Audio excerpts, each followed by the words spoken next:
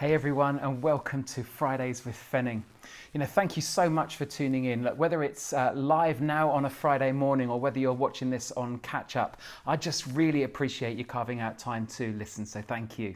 Today I want to carry on with what I started last week, which is that our individual uniqueness means that we all experience God's presence and learn to relate to Him in different ways. What Gary Thomas calls spiritual pathways. God has wired us up differently, and that's great because it brings diversity and creativity and broadens our understanding of God and each other. But just the other week, I was talking with a bunch of leaders and I said that doing church online was great, but that I really missed the celebration and singing and worshipping together. I said, you just can't worship as well online. Well, straight away, two leaders responded and said that actually they preferred the music online because then they could concentrate on the words more and be more reflective. And inwardly, I thought, weirdos. How can you prefer online? I mean, you miss out on the whole celebration and intimate experience of worshipping together. That's just ridiculous. Well, my tendency, you see, is to think that everyone should be like me, which of course they're not. And I can easily end up judging other people's spirituality based upon my preferences. So it's really important that we not only recognize our own pathways to God, but also to understand others and how they connect to Him too. So last week, I highlighted 3 spiritual pathways: creation, meeting with God, and kind of drawing close through the natural world. There was the intellectual pathway, where the more you study and learn about Jesus, the closer that He feels. And then there was the serving pathway, where God's presence is most tangible when you're involved in helping others. Well, today I want to highlight 4 other pathways. So the next pathway is the relational pathway. And people who follow the relational pathway find that they have a deep sense of God's presence when they're involved in significant relationships. This is my number 1 pathway, because being alone can drive me crazy. I need others as they bring energy and focus to my relationship with Jesus. I've been on retreats in the past where we've all had to go off for the whole afternoon and be by ourselves and just spend time alone with God. Well, it almost killed me. I think on most occasions I managed about an hour and then saw someone that I knew who was also struggling, and we'd spend the rest of the afternoon together, doing solitude together. Yeah, very good. Some of my most intimate times with God have been when I've been with others as we've prayed and learnt and discussed and kind of grown in faith together, celebrating God together. When we've opened up and been vulnerable with each other together. It's that word together that highlights this spiritual pathway. What did Jesus say about this? Well, He said, where 2 or 3 are gathered in my name, there am I with them. In other words, people with the relational pathway pray best with others, learn best with others, serve best with others, feel closest to God with others. And those with this pathway will struggle and stagnate spiritually if they get isolated.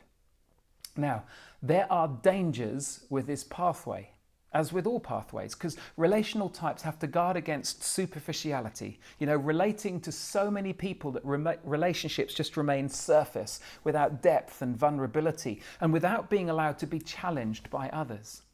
The other danger is to become too reliant on others. And so in other words, we live off other people's energy and passion for God, and then therefore not developing our own faith. That's why solitude and silence at times is important, even if it's not natural, as it helps people like me from getting addicted to what others think. I guess the 5th pathway is almost the opposite to relational, and it's the contemplative pathway. Whereas you might feel exhausted just listening to my world of relationships, you gain energy from those long, interrupted times of being alone. Contemplatives are usually more introverted in their temperament. God is most present when distractions and noises are removed, when you can reflect and listen and just be. For people on this pathway, solitude is a gift. Silence is precious, and both are vital to the health of your soul. Gordon MacDonald says that contemplatives have a large interior world that needs regular, protected, intense, undistracted times alone. All those things that make me shudder. And people on this pathway will often love to journal, writing down thoughts and prayers of what they're sensing God might be saying. You know, images and pictures and metaphors can help you as you pray. And reading can often play a key part in growing in your intimacy with Jesus.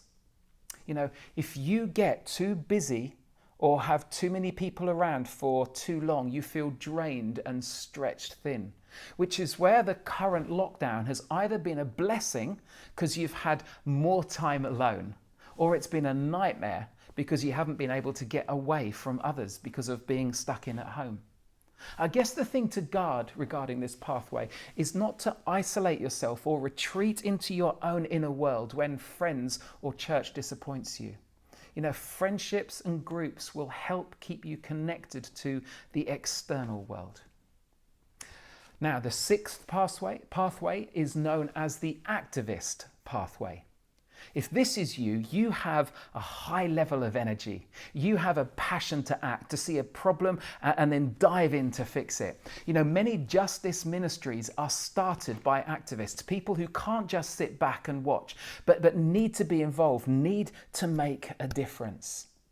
And activists are fast-paced, and therefore they get frustrated when others don't step up or if they get held up. You know, there's a character in the Old Testament called Nehemiah who's living a long way from his homeland, from Jerusalem.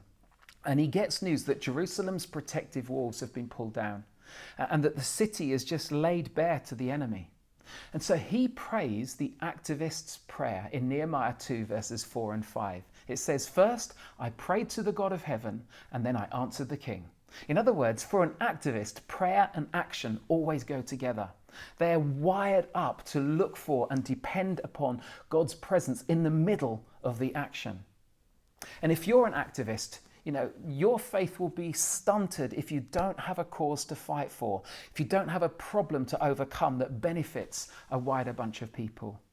You know, activists aren't needed to be seen. They just need to see things getting done, and they want to be part of the solution. Now, the danger with the activist pathway is that the cause can become the main thing and not Jesus. You know, they can also be so impulsive and busy doing that they don't stop to discern God's voice and leading in the situation. And that's why activists need to create a bit of balance by spending time in reflection and listening so that God can speak about what's truly motivating their actions. And the final pathway, well, the final pathway is the worship pathway. And already for some of you, your heart is leaping, just as I've mentioned that, because people on this path have a natural gift for expression and celebration. It's almost as if something is released when praise and adoration are given voice, especially through songs. You know, intimacy with God is best experienced during times of worship for you. And if this is your pathway, at times you're going to be frustrated at the forge because, you know, you sense as if things are just getting going within the service when the music stops and someone starts speaking. You know, you want to stay in the moment for so much longer. You know, somehow in worship, your heart is just opened up and you come alive because God is so close. You know, you'll sometimes be bursting with joy or bursting into tears because your emotions play a big part in your experience of Jesus and his closeness. And if this is you, you need to download playlists of great music that will just help you to worship. You'll find some on our website. You know, play them in the car, sing your heart out to them. And when the church gathers again, be there, be front and center and bring your energy and passion for Jesus to the worship times. And the warning of this pathway, well, be careful not to judge others who are not like you. You don't connect or who don't connect in the same way as you. Remember, this is not everyone's primary pathway. And be careful not just to run towards the next spiritual high, because emotions and experiences are really important, but our emotions and experiences can fluctuate up and down. So make sure that you're building your faith on the truth of who God is, and not just on experiences, and allow the truth to deepen your worship. You know, these pathways help us connect with God and to draw closer to Him. One isn't better than the other. They are preferences that link with how God has made us and wired us. John Ortberg once said that the greatest dimensions of this truth is that God wants to have a relationship with you that is unlike his relationship with any other being in all creation. Wow, how awesome is that? So lean into your primary pathways and learn to grow in your intimacy with God and your love for Him. And if you're unsure what pathway best helps you, then just get in touch, email, and I'll email you a survey to help identify your pathway. Hey, have a great weekend.